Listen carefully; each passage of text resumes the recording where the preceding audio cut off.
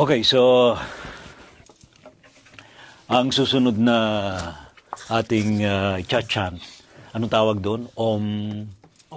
Om Namo Kali Mantra. This is called Kali Mantra. Invocation of Kali. So, in-invoke natin dito si Kali. The Lord Kali ba?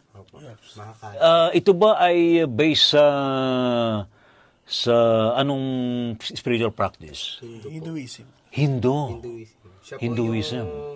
Siya po yung avatar nung asawa ni Lord Shiva na bumaba dito sa earth para kalabanin o talunin yung demon na naghahasik ng kasamaan sa mundo. Opo.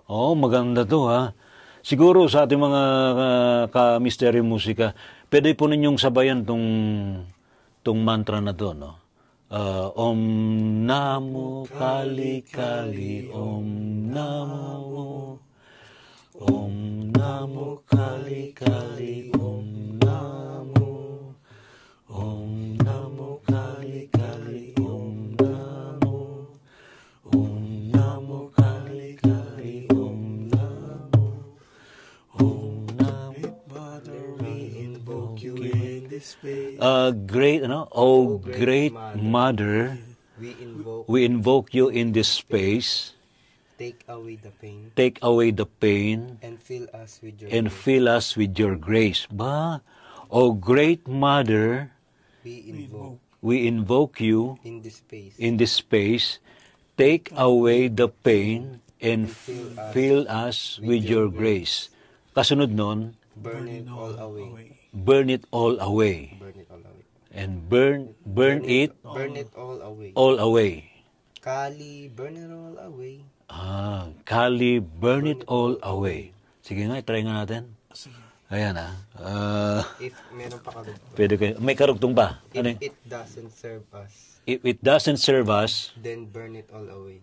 And burn it all away. Then burn it all away. Then burn it all away. Pwede. Sige. Okay. Ito po ay bahagi pa rin ng ating misteryo musika. You can join us sa mantra na ito. This is based sa Hinduism practice. And of course, yung mga nagpa-practice ng Hinduism yan, pwede po kayong sumabay sa atin. Sa mga Kristiyano, pwede naman, wala naman tayong inichapwera ditong religious practice. Ako, I enjoy chanting this mantra kasi alam ko na nafe-feel natin yung energy na to para makapagbigay tayo ng tulong sa ating mga babae. Especially mga biktima ng mga biktima ng earthquake, lalo na ngayon may mga earthquake na nangyayari.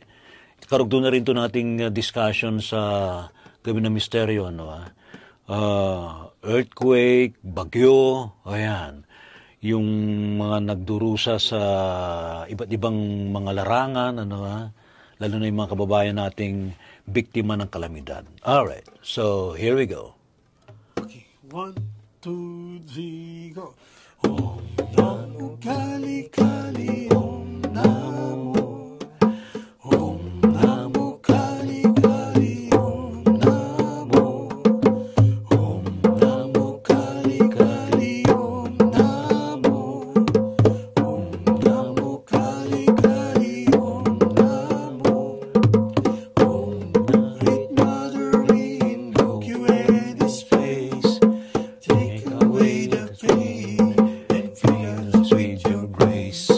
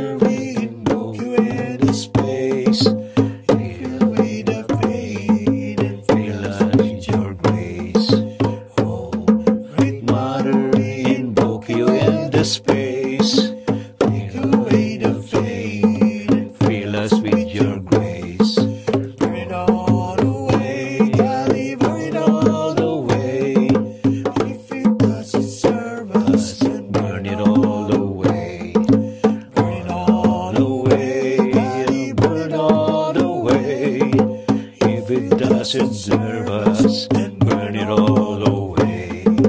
Om Namo Kali Kali, Om Namo. Om Namo Kali Kali, Om Namo. Om Namo Kali Kali, Om Namo. Om Namo Kali Kali, Om Namo. Okay? Woo! Ayan. Alright, so sa ating mga kamisteryo musika, basta pag meron po kayong marinig na mantra na ganito, may magandang purpose to sa ating lahat. Ano? Hindi lang, regardless ng ating spiritual practice. Kasi ito ang layunin ng ating programa, Misteryo Musika. Kakaiba to eh. Kakaiba doon sa ibang mga musical program. Yes. This is more on spirituality. This is more on invoking the spiritual guardians, mga divine beings, mga elemental beings sa paligid, nature spirits na makatutulong sa atin na talagang tayo'y maiahon sa anumang problema ang kinakaharap natin. Brother Jay. Oo. So anong advice mo sa ating mga kababayan regarding this mga mantra na chinachant natin? Damahin niyo po yung vibrations ng mga mantra na binabanggit nyo. Tapos isa puso niyo po sila. Oo. Pero yung mantra kasi, kailangan yung vibrations na maramdaman mo para pumasok sa puso yun puso, eh. O diba? O. Puso tsaka sa consciousness. Correct. So yun, maganda to sa mga nagpa-practice din ng astral travel. No? Ayun. May makakapag-astral kayo dito pag ginawa na yung chanting nito. Totoo yan. Ano. And of course, na-activate dito yung ating consciousness to feel the energies around, di ba, Brother CJ? Yung nafe-feel mo yung mga spirits around, spirit guide mo actually, Opo. na tumutulong sa atin. Opo. Yung ating mga angels. No? Opo. Pag nagmamantra po kasi tayo, we invoke the presence of the deities, and then yung mga guardians noon, mararamdaman po natin sila. Ayan. And yan po sa ating mga ka-Misteryo Musika. At magbibigay pa rin tayo ng Mysterium Music para sa ating lahat. Spiritual music, inspirational music. Dito pa rin po sa ating programa.